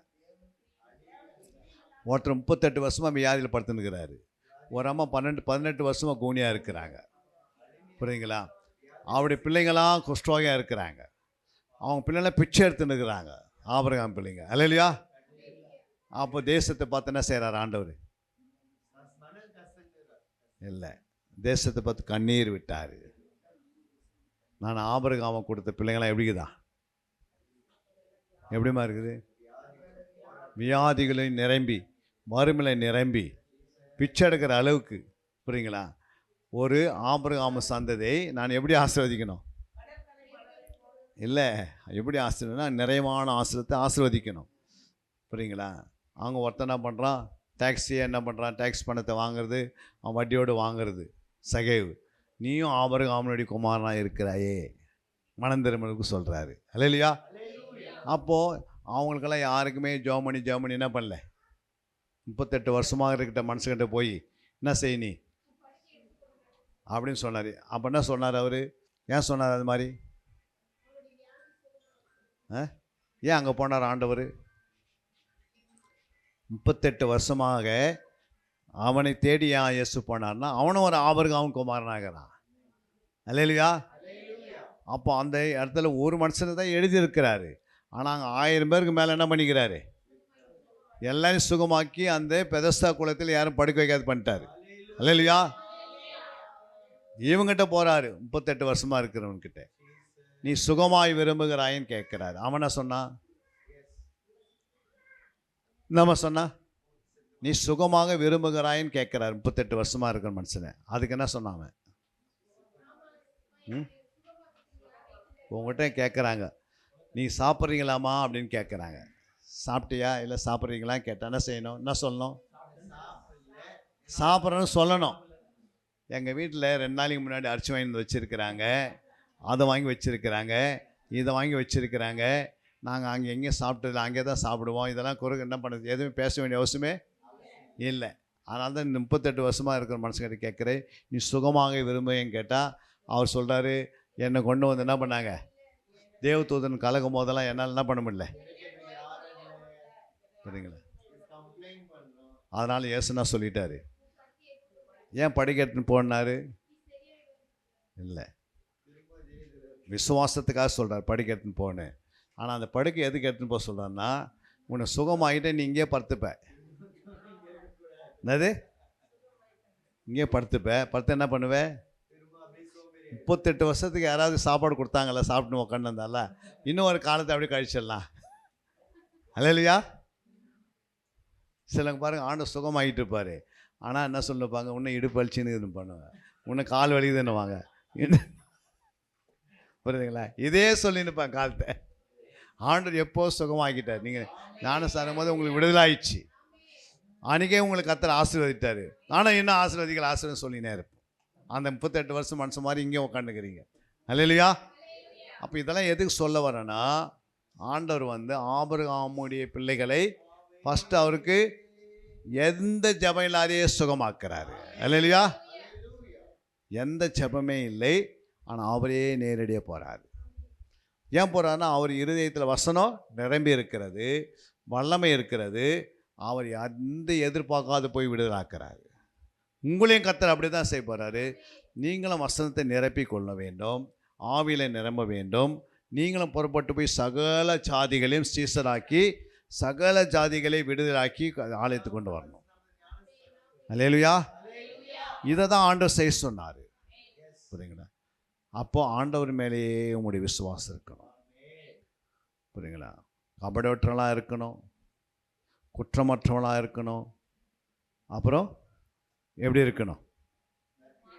நற்கிரிகளை செய்யணும், 4 பேருக்கு முன்னாடி வெளிச்சமாக இருக்கணும், பரிசுத்தமாக ஜீவிக்கணும், 4 பேருக்கு உதவி செய்யணும், யாரும் யார் மேலே கசந்து கொள்ளக்கூடாது, அன்பாக இருக்கணும், 4 பேருக்கு என்ன பண்ணணும்? உதவி செய்கிற அளவுக்கு இருக்கணும். அல்லேலூயா. ஒருவருக்கு ஒரு புத்தி சொல்லணும். புரியுங்களா? நீ என்ன கற்றுக்கினாயோ அதை மற்றவங்க சொல்லு. ஆலயத்தை விட்டு விடாதபடிக்கு, சபையை விட்டு விடாதபடிக்கு, சபைக்கு என்னென்ன நடக்குதோ அதெல்லாம் கலந்து கொள்ளணும், நேரத்தை பயன்படுத்திக்கணும், சத்தியத்தை அறிஞ்சு கொள்ளணும். அல்லேலூயா. கர்த்தர் ஆலயத்தில் வைத்து ஆசீர்வாதங்களாக என்ன பண்ணணும்? பரிபூரணமாய் பெற்றுக்கொண்டு வாழணும். அல்லேலூயா. ஒவ்வொரு நாளும் ஒரு வார்த்தை வரும், ஒரு வசனம் வரும், ஒரு சத்தியம் வரும், அது விடுதலாக்கிடும். புரியுங்களா? அன்னைக்கு பிசாசு நான் சொல்லுவான், நீ போவாதே. புரியுங்களா? எப்படியோ தடுப்பான், ஏதாவது நான் சொல்லுவான், நீ போவே போவாது அப்படின்னுவான். அன்றைக்கி தான் ஆண்டவர் உனக்கு ஒரு நல்ல ஆசீர்வாதத்தை கட்டளையிடுவார். அல்லேலூயா. அந்த நாள் தான் உனக்கு விடுதலை நாளாக இருக்கும். ஆனால் அன்றைக்கி பார்த்து பிசாசு ஆப்சன்ட் பண்ணி விட்டுருவான். புரியுதுங்களா? அந்த நாள் தானே அது போக முடியாது, தடுத்துருவான். அதனால தான் நீங்கள் எப்போவுமே என்ன பண்ணணும்? ஆலயத்தில் என்னென்ன நடக்கிறதோ, புரியுங்களா, ஒரு நெருப்பு எடுத்து நீங்கள் எப்போவுமே அடுப்பில் போட்டுனே இருந்தால் நான் அது எரிஞ்சினே இருக்கும், அனலாக இருக்கும். அனலாக இருக்கிற அடுப்பு எப்பவுமே என்ன பண்ணோம்? எது வந்தால் சுட்டு எரிச்சிடும். அல்லேலூயா. நம்ம எப்பவுமே ஆவியில் அனலாக இருக்கணும். புரியுங்களா? ஆவியில் என்ன இருக்கணும்? அனலாக இருக்கணும். அப்புறம் இருதயத்தில் எப்படி இருக்கணும்? இருதயத்தில் அனலாக இருக்கணும், ஆவியில் அனலாக இருக்கணும், இருதயத்தில் அனலாக இருக்கணும். சரீரத்தில் எப்படி இருக்கணும்? சரீரத்தில் அக்னியாக இருக்கணும். அல்லேலூயா. சரீரமே ஒரு பலிபீடம். நம்ம சரீரமே ஒரு பலிபீடம். இது எப்பவுமே அக்னியாக இருக்கணும். அல்லேலூயா.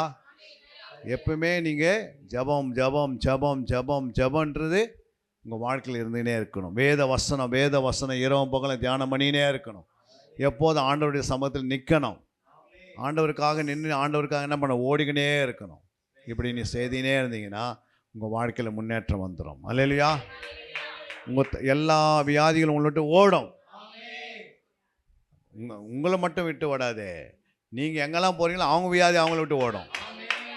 அல்லேலூயா. நீங்கள் போய் கரங்களை வைப்பீங்க, விடுதலை ஆண்டவர் தருவார். அப்படி உங்களை அண்ணன் பண்ண ஆண்டவர் உயர்த்துவார். நீங்கள் அப்போ சத்தியத்தை அறியணும், நேரத்தை ஒதுக்கணும். புரியுங்களா? இங்கே நடக்கிற பைபிள் கிளாஸில் ஒழுங்கு கிரமமாக உங்களுக்கு டேட்டு கொடுத்த பிறகு உங்களோட 10 பேர் என்ன பண்ணோம்? கொண்டு வரணும். நீங்களே ஆப்சண்ட் ஆகிட்டே உட்காந்துக்கூடாது. அல்லேலூயா. ஐயோ எனக்கு டைம் இல்லை, அப்படி இல்லை. வந்து நீங்கள் என்ன பண்ணணும்? சத்தியத்தை கற்றுக்கொள்ளணும். புரியுங்களா? கற்று தேரணும். 2வது என்ன சொன்னார் ஆண்டவர்? ஒன்று தேரணும், அடுத்து என்ன பண்ணணுமா? வாசிங்க அந்த வசனத்தை. அந்த வசனம் வாசிங்க. 15:4, யோவான் 15:4.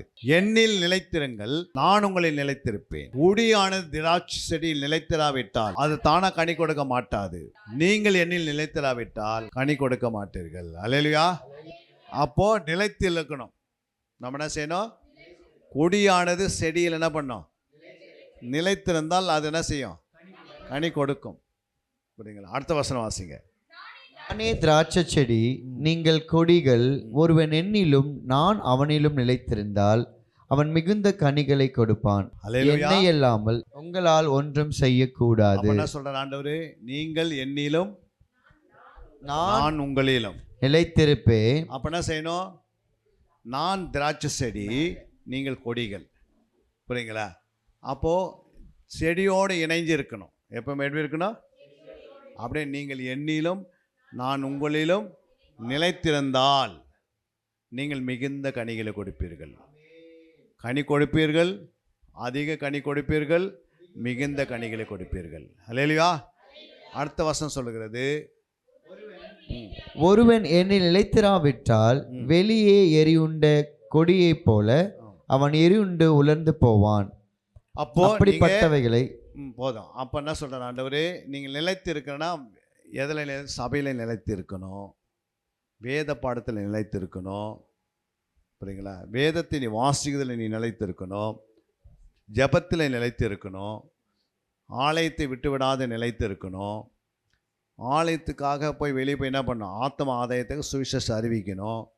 இதில் நிலைத்திருந்தீங்கன்னா உங்களுடைய வாழ்க்கையில் ஆண்டவர் என்ன செய்வார்? மிகுந்த கனிகளை கொடுத்துக்கினே இருப்பீங்க. அதனால் ஆண்டவர் என்ன செய்வார்? பிதாவாகிய தேவன் மகிமைப்படுவார். எனக்கு நீங்கள் சிஸ்டராக இருப்பீர்கள். அப்போது உங்களுடைய வாழ்க்கை எப்படி இருக்கும்? பிதா மகிமைப்படுவார். நம்ம அவருக்கு சிஸ்டராக இருந்தால் நம்முடைய வாழ்க்கை எப்படி இருக்கும்? ஆசீர்வாதமாக இருக்கும். ஐயோ, என் பிள்ளைங்க கரெக்டாக நடக்கிறாங்களே. அப்போ மிகுந்த கனி கொடுக்கும்போது, ஒரு மரம் கனி மிகுந்த நிறைவான கனி கொடுக்கும்போது அந்த மரத்தை சுற்றி யார் இருப்பாங்க? ஒரு ஆப்பிள் மரத்தில் ஃபுல்லாக ஆப்பிள் தொங்குதுன்னா என்ன பண்ணுவாங்க? நிறைய பேர் என்ன பண்ணுவாங்க? காவல் காப்பாங்க. அது மாதிரி நீங்கள் மிகுந்த கனி கொடுத்தீங்கன்னா உங்களை தேவதூதர் சூழ்ந்து இருப்பாங்க. அல்லேலூயா. ஏன் சூழ்ந்து இருக்கிறாங்க? சொல்லுங்கம்மா, ஏன் சூழ்ந்து இருப்பாங்க? இந்த மரம் யாருன்னா வெட்டின்னு போயிடுவாங்களே. அல்லேலூயா. அப்போ அந்த மரத்தை வெட்டாமல் பாதுகாக்கிறவங்க தேவதூதர்கள். அதாவது இந்த ஆலயத்தில் நீங்கள் ஒரு மரமாக இருக்கிறீங்க, அந்த மரத்தில் கனியை தேடுகிறாரு. இந்த வருஷம் நான் விட்டுறேன், கனி இல்லாத கனி கொடுங்க அப்படின்னு அடுத்த வருஷம் நீங்கள் இருக்கவே மாட்டீங்க. அல்லேலூயா. ஆலயத்தில் இருக்க மாட்டீங்க. அப்போ எங்கே இருப்பீங்க? ஆலயத்தில்னா எங்கே இருப்பான்? உலகத்தில் கூட இருக்க மாட்டாங்க. எங்கே இருப்பாங்க? வெட்டுண்டு. அதான் ஆண்டவர் சொல்ல, இந்த வருஷம் நான் உன்னை என்ன பண்ணுறேன்? கனிக்காக விட்டு விடுறேன். நீ எருவு என்ன பண்ணு? கொத்தி எருவு போடு. கோடாலி எங்கே வைக்கப்பட்டிருக்கிறது? ஏன் வைக்கிறாரு? கனி கொடுக்கலன்னா வெட்டுவார். அப்போ இந்த வருஷமாவது ஆண்டவரே இதுக்கு என்ன பண்ணுங்க, நான் எருவு போட்டு தண்ணி ஊற்றி நான் பாதுகாத்து கனி வர வைப்பேன். ஒருவேளை இந்த வருஷம் நீங்கள் கனி கொடுக்கலன்னா இப்பயே ஆரம்பமாயிடுங்க. ஆண்டவரே, எனக்கு ஒரு கனியாவது நான் கொடுக்கணும். அப்புறம் அதிக கனி. ஃபஸ்ட்டு கனி கொடு, அப்புறம் அதிக கனி கொடு, அப்புறம் மிகுந்த கனி கொடு. அப்போ கனி உள்ள மரம் தான் நிலைத்து இருக்கும். புரியுங்களா? சும்மா நம்ம சர்ச்சில் வந்து யாருக்கு பிரயோஜனம் இல்லாத இருந்தால் நாவும் ஒரு நிலத்தில் ஒரு மரம் வச்சுட்டீங்க, அது கனியே இல்லாத அப்படியே இருந்தால் நாவும் அடுத்த கீழே வர செடிகள் என்ன பண்ணிடும்? வராதபடி தடுத்துரும். ஏன்னா நிழல் மட்டும் வேலைப்படுது, அது மேலே சூரிய வெளிச்சம் படலை. புரியுங்களா? அப்போது அந்த மரத்தை வெட்டுண்டு அகிலே போடப்படும். அது கனி கொடுத்தா அதை என்ன செய்வார் ஆண்டவர்? அதிக கனி கொடுப்பதுக்காக சுத்தம் பண்ணுவார். புரியுங்களா? நீங்கள் கனி கொடுக்குறீங்களா அப்படின்னா கனி எப்படி வரும்? சும்மா அன்பு சும்மா வந்துடுமா? 1 தீமோத்தேயு 1:5 சொல்லுது, கற்பனையின் பொருள் என்னவெனில் சுத்தமான இருதயத்திலும் நல்மன சாட்சியிலும் மாயமற்ற விசுவாசத்திலும் பிறக்கும் அன்பே. அப்போ அன்பு எப்படி பிறக்குது?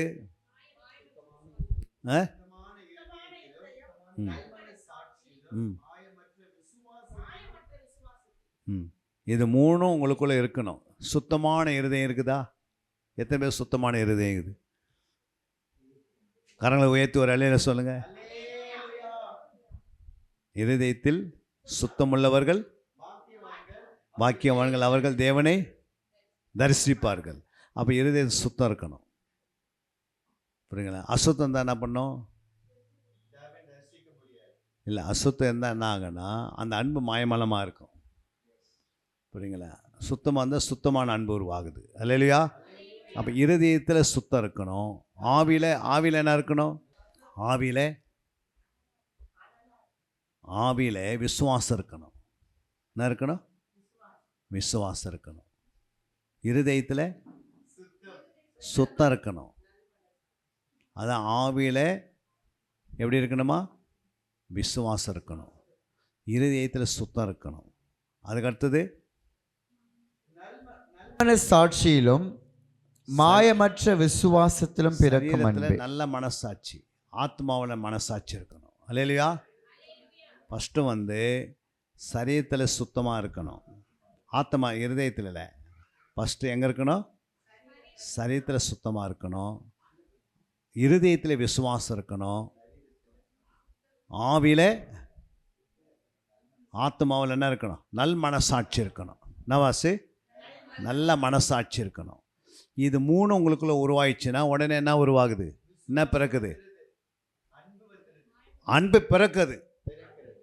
என்னது, ஒரு குழந்தை எப்படி பிறக்குது அப்படின்னு கேட்டால் சொல்லுவாங்க, ஒரு குழந்தை பிறப்பதுக்கு நம்ம வழி அப்படின்னு கேட்டால் அவங்களுக்கு திருமணம் ஆகணும். அல்லேலூயா. திருமணமாகி அவங்க 2 பேரும் உடல் ஆரோக்கியமாக இருந்தால் தான் அவங்களுக்கு ஏற்ற நேரத்தில் என்ன பண்ணுது, ஆண்டவர் சொன்ன மாதிரி கர்ப்பத்தில் குழந்தை உருவாகப்பட்டு 10 மாதம் பெற்றெடுக்கிறாங்க. ஆனால் அன்பு பிறக்கணும்னா என்ன பண்ணணும், உன் இருதயத்தை நீ என்ன பண்ணிக்கணும், இருதயத்தில் விசுவாசம் இருக்கணும், சரீரத்தில் சுத்தமாக இருக்கணும், ஆவியில் ஆத்மாவில் நல்ல மனசாட்சி இருந்துச்சுன்னா கரெக்டாக அன்பு என்ன பண்ணுது, டான்னு பிறந்துடுது. பிறந்த அன்புக்கு உடனே என்ன பண்ணுவோம், ஒரு குழந்தை பிறந்த பிறகு உடனே என்ன செய்கிறோம், தாய்ப்பால் கொடுக்குற மாதிரி ஆண்டவர் என்ன பண்ணுறாரு, உனக்குள்ள அன்பு பிறந்த பிறகு உடனே ஆண்டவர் என்ன செய்கிறாரு, அன்பு பிறக்கிற இடத்துல அதை கனித அன்பு, புரியுங்களா, அன்பு பிறந்த பிறகு உடனே ஆண்டவர் என்ன பண்ணுறாரு, ரோமர் 5:5 காட்டுறாரு. மேலும் நமக்கு அருளப்பட்ட பரிசுத்த ஆவினாலே தேவ அன்பு நம்முடைய இருதயங்களில் ஊற்றப்பட்டிருக்கிறபடியால் போதும். அப்போ தேவ ஆவி என்ன பண்ணுவார், அந்த அன்பு மேலே ஊற்றுவார். ஒரு மரத்தை வச்சிங்க, அந்த மரத்தில் புரியுங்களா, நீங்கள் கனி கொடுக்குதுன்னு வச்சுக்கோ, உடனே அந்த மரத்தை வெட்டுவீங்களா, தண்ணி ஊற்றுவீங்களா? ஏன் ஊற்றுறோம், அந்த கனி வளரத்துக்கு மிகுதியான கனி கொடுக்கணும். இப்போ அன்பு பிறந்திருக்குது, அந்த அன்பு பூரண அன்பாக பரிபூரண அன்பாக மாறணும். அப்போ அந்த அன்பின் மேலே ஆவி என்ன பண்ணுவார், தன் ஆவியை ஊற்றுவார். எதுக்கு ஊற்றுகிறாரு, அன்பு பூரண அன்பாக மாறணும், புரியுங்களா? அப்போ அடுத்த ஸ்டெப்புக்கு போகிறீங்க. அப்போ ஆவியானவர் அந்த அன்பின் மேலே ஊற்றுகிறாரு. நிலத்தில் பயிரை வச்ச பிறகு என்ன பண்ணுற, மழை ஆண்டவர் என்ன பண்ணுறாரு, நிலத்தை உழுது தண்ணி ஊற்றி நிலத்தை உழுது விதை போட்டிங்கன்னா மழை வரணும், காத்திருக்கிறோம், காத்திருக்கமே இல்லையா? அப்போ விதை முளைத்து எழும்பினுக்கு தண்ணி தேவைப்படுது. அந்த மாதிரி நமக்கு அன்பு முளைத்து எழும்பின பிறகு உடனே என்ன பண்ணுறாரு, தன்னுடைய ஆவியை ஊற்றி அந்த அன்பு என்ன செய்து வளர வைக்கிறாரு. அல்லேலூயா. அதனால தான் அன்பு பிறக்கணும் அப்படின்னா, நீங்கள் என்னிலும் என் வார்த்தை உங்களில் நிலைத்திருந்தால், அப்போ கனி சும்மா கொடுக்க முடியுமா? அவர் திராட்சை செடியாக இருக்கிறாரு, நீங்கள் கொடியாக இருக்கிறீங்க. இது 2 நிலைத்து இருக்கணும். அப்போது எது நிலைத்து, ஆண்டவர் உனக்கும் வேதத்துக்கு என்ன இருக்கணும், வேதத்தை இரவு பகல் என்ன பண்ணணும், தியானிக்கணும். தியானிக்கும் போது எப்படி இருப்பாங்க, அவர்கள் நீர்க்கால்கள் ஓரமாய் நடப்பட்டு, ஆமாம். அப்போ கனி எப்போ கொடுக்குறாங்க, நம்ம நீர்க்கால்கள் ஓரமாக நடப்பட்டு தன் காலத்தில். அப்போ கனி எப்போ கொடுக்கறது, இரவு பகலும் தியானம் பண்ணும்போது. அல்லேலூயா. இப்போ இரவு பகலும் தியானம் பண்ணாமல் கனி கொடுக்கறது இல்லை, ஆனால் அன்பு இருக்கிறது. நம்மக்கிட்ட இருக்கிற அன்பு சுயநல அன்பு. அன்பு இது சொல்கிறேன், அன்பு சுயநல அன்பாக இருந்தால் என்ன பண்ண முடியாது, ஆத்ம ஆதாயம் பண்ண முடியாது. சுயநல அன்பு மனுஷங்கிட்ட இருக்கும், மாயமலான அன்பு யாருக்கிட்ட இருக்கும், சுயநல அன்பு மனுஷங்கிட்ட இருக்கும், மாயமலான அன்பு யாருக்கிட்ட இருக்கும், மாயமலமான அன்பு பிசாசுக்கிட்ட இருக்கும். தேவ அன்பு யாருக்கிட்ட இருக்கும், தேவனிடத்தில் இருக்கும். நமக்கு எந்த அன்பு வேணும், தேவன் அன்பு எப்படி உருவாகுது, தேவ அன்பு எப்படி உருவாகுதுன்னா கற்பனையிலே உருவாகுது. கற்பனையின் பொருள் என்னது, கற்பனையின் பொருள் என்னவென்றால் அப்படின்னு வாஸ்தவம் 1 தீமோத்தேயு 1:5 வாஸ்தவம். என்ன வாஸ்தவம்? அப்போ கற்பனைனா என்ன, கற்பனைக்கு என்ன இருக்குது, ஒரு பொருள்னு சொல்கிறார் ஆண்டவர். கற்பனையின் பொருள் என்னவென்றால், இங்கே பாருங்கம்மா, கற்பனைனா என்ன, வேதத்தில் எத்தனை கற்பனைமா இருக்குது, வேதத்தில் எத்தனை கற்பனை இருக்குது, 3 கற்பனை இருக்குது. எத்தனை கற்பனை, என்னென்ன கற்பனை, 22:37 வாசிங்க. மத்தேயு 22:37. இயேசு அவனை நோக்கி, உன் தேவனாகிய கர்த்தரிடத்தில் உன் முழு இருதயத்தோடும் உன் முழு ஆத்துமாவோடும் உன் முழு மனதோடும் அன்பு கூர்வாயாக. இது முதலாம் பிரதான கற்பனை. அப்போ இது என்ன கற்பனை? அடுத்தது இதற்கு ஒப்பாய் இருக்கிற இரண்டாம் கற்பனை என்னவென்றால், உன்னிடத்தில் நீ அன்பு கூறுவது போல பிறனிடத்திலும் அன்பு கூர்வாயாக என்பதே. இவ்விரண்டு கற்பனையிலும் நியாயப்பிரமாணம் முழுமையும் தீர்க்க தரிசனங்களும் அடங்கியிருக்கிறது என்றார். அல்லேலூயா. அப்போ இந்த ரெண்டு கற்பனை என்ன வந்துடுச்சு? நியாயப்பிரமாணம், தீர்க்க தரிசனம், ஆகமெல்லாம் நிரம்பி இருக்கிறது. அல்லேலூயா. அப்போ முதலாம் பிரதான கற்பனை, உன்னிடத்தில் நீ அன்பு கூறுவது போல நீ பிறனிடத்தில் அன்பு கூர்ந்தால் அதன கற்பனை. உன்னிடத்தில் அன்பு கூறுவது போல பிறனிடத்தில் அன்பு கூர்ந்தால் அது இரண்டாம் கற்பனை. இரண்டாம் கற்பனை. அப்போது முதலாம் பிரதான கற்பனை ஒன்று இருக்குது. என்ன இருக்கு? முதலாம் பிரதான கற்பனை ஒன்று இருக்குதா இல்லையா? இரண்டாவது கற்பனை, இரண்டாம் கற்பனை ஒன்று இருக்குது. அப்போது அதில் ஒன்று இருக்குது, முதலாம் கற்பனை ஒன்று இருக்குது. என்ன கற்பனை? முதலாம் பிரதான கற்பனை, அதுக்கு அடுத்தது முதலாம் கற்பனை, அப்புறம் இரண்டாம் கற்பனை. புரியுங்களா? அப்போ அந்த முதலாம் கற்பனை எங்கே இருக்குது பைபிளில்? கற்பனை எங்கே இருக்குது? இது முதலாம் பிரதான கற்பனை, அப்புறம் இரண்டாம் கற்பனை. ஆனால் ஒரு முதலாம் கற்பனை எங்கே ஒரு இடத்துல இருக்குது, அதை வாசிங்க. எபேசியர் 6:3. கற்பனையும் தாயும் கனம் பண்ணுவாயாக என்பதே வாக்குத்தத்தமுள்ள முதலாம் கற்பனையாய் இருக்கிறது. அல்லேலூயா. அப்போ இது முதலாம் கற்பனை, அங்கே முதலாம் பிரதான கற்பனை, அப்புறம் இரண்டாம் கற்பனை. இது மூணு கற்பனை தான் அங்கே சொல்ல கற்பனையின் பொருள். என்ன கற்பனை? இது மூணு சேர்த்த கற்பனையின் பொருள் அப்படின்னு யார் எழுதுறது? 1 தீமோத்தேயு 1:5 எழுதுறார். என்ன எழுதுறார் பாருங்க, 1 தீமோத்தேயு 1:5. கற்பனையின் பொருள் என்னவெனில் அப்படின்னா இந்த மூணு கற்பனையும் புரியுங்களா? இந்த மூணு கற்பனையும் உள்ள வரும்போது அன்பை பற்றியே பேசுகிறார் ஆண்டவர். அல்லேலூயா. மூணுல என்ன இருக்குது? அன்பை பற்றி தான் பேசுகிறார் ஆண்டவர். புரியுங்களா? அப்போ அன்பு தான் மிக அவசியன்றதுன்றாரு. அப்போ இந்த அன்பு சும்மா வராது. அப்போ இந்த மூன்று கற்பனை எதுக்குள்ள அடங்கி இருக்குது? அன்புக்குள்ள இல்லைம்மா. அந்த அது எதைக்குரிய நியாயப்பிரமாண புத்தகமும் தீர்க்க தரிசனுடைய ஆகமங்களும் அதில் அடங்கி இருக்கிறது. அல்லேலூயா. அப்படின்னு எங்கே வாசித்தோம்? 40 வாசித்தோம். வாசிங்க. இவ்விரண்டு கற்பனைகளிலும் நியாயப்பிரமாண முழுமையும் தீர்க்க தரிசனங்களும் அடங்கியிருக்கிறது என்றார். அல்லேலூயா. அப்போ மோசே ஒரு லாசர் கேட்குறாரு. புரியுங்களா? லாசர் சொல்கிறாரு, லாசரும் ஐஸ்வர்யம் நடுவில் ஆபிரகாம் உட்காந்துருக்கிறாரு. லாசர் மடியில் வேறு உட்காந்துக்குது, லாசர் உட்காந்துருக்கிறாரு ஆபிரகாம் மடியில். இப்போது ஐஸ்வர்யம் கேட்குறாரு, இந்த மாதிரி என்னுடைய 5 சகோதரர்கள் 4 சகோதரர் மேலே இருக்கிறாங்கல்ல, அவங்களுக்கு எப்படியாவது சுவிசேஷத்தை சொல்லணும் அப்படின்னு சொல்லும் போது உடனே ஆபிரகாம் சொல்கிறாரு, அங்கே சொல்லுவதுக்கு மோசேக்களும் அப்புறம் யார் இருக்கிறது? தீர்க்க தரிசிகளும் இருக்கிறாங்க அப்படின்றாரு. இப்போ மோசேன்னு சொன்னால் நியாயப்பிரமாண புத்தகம், தீர்க்கன்னு சொன்னால் தீர்க்க ஆகமங்கள். அல்லேலூயா. இது ரெண்டு மேலே இருக்குது. சொல்லுவதுக்கு யார் இருக்குது? நம்ம போல் ஆள் இருக்கிறாங்க, அந்த சகோதரர் சொல்லுவதுக்கு. அல்லேலூயா. இது எங்கே இருக்குதா? பூமியில் இருக்குது. இங்கேருந்து போய் யாரும் சொல்ல வேண்டிய அவசியமே இல்லை. நான் உன்னை அனுப்ப மாட்டேன், நீ அங்கே தான் இருக்கணும். ஒரு முறை போயிட்டு அங்கே தான் இருக்கணும் நீ பாதாளத்தில். இப்போ அங்கே சொல்லுவதுக்கு நான் ஆளை ஏற்படுத்தியிருக்கிறேன் போ அப்படின்றார் ஆண்டவர். அல்லேலூயா. அப்போது நியாயப்பிரமாணம் முழுமையாக நீங்கள் வாசிக்கணும். அதுக்கு தேவைப்படுகிறது என்ன தேவை? நியாயப்பிரமாண தீர்க்க தரிசனம் நீங்கள் வாசித்தீங்கன்னா அது PhD கிளாஸில் இருக்குது. என்ன கிளாஸில்? பிதாவை குறித்து. மத்தேயு மார்க்கு லூக்கா யோவான் இயேசு குறித்து BTH படிக்கணும்.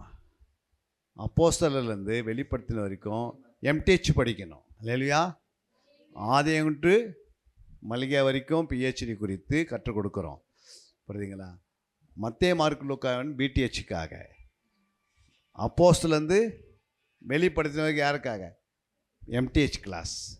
ஏன்னா ஆதியங்குட்டு வெளிப்படுத்தின மளிகை வரைக்கும் பிதா வேலை செய்கிறாரு, மத்தேயு மார்க்கு லூக்கா யோவான் இயேசு வேலை செய்கிறாரு, அப்புறம் அப்போஸ்தலர்லேருந்து வெளிப்படுத்துக்கு பரிசுத்த ஆவியானவர் வேலை செய்கிறாரு. இது மாதிரி 1000 கேள்விகளுக்கு பதில் உட்காந்துருக்குது. புரியுங்களா? இதெல்லாம் கற்று தேர்னா தான் பூரண விடுதலையோடு வாழ்வீங்க. எப்படி வாழ்வீங்க? பூரண விடுதலையோடு வாழ்வீங்க. இனி எதை மனசில் நினைக்கிறாயோ அதையும் கர்த்தர் உனக்கு கொடுக்க ஆரம்பிச்சிடறாரு.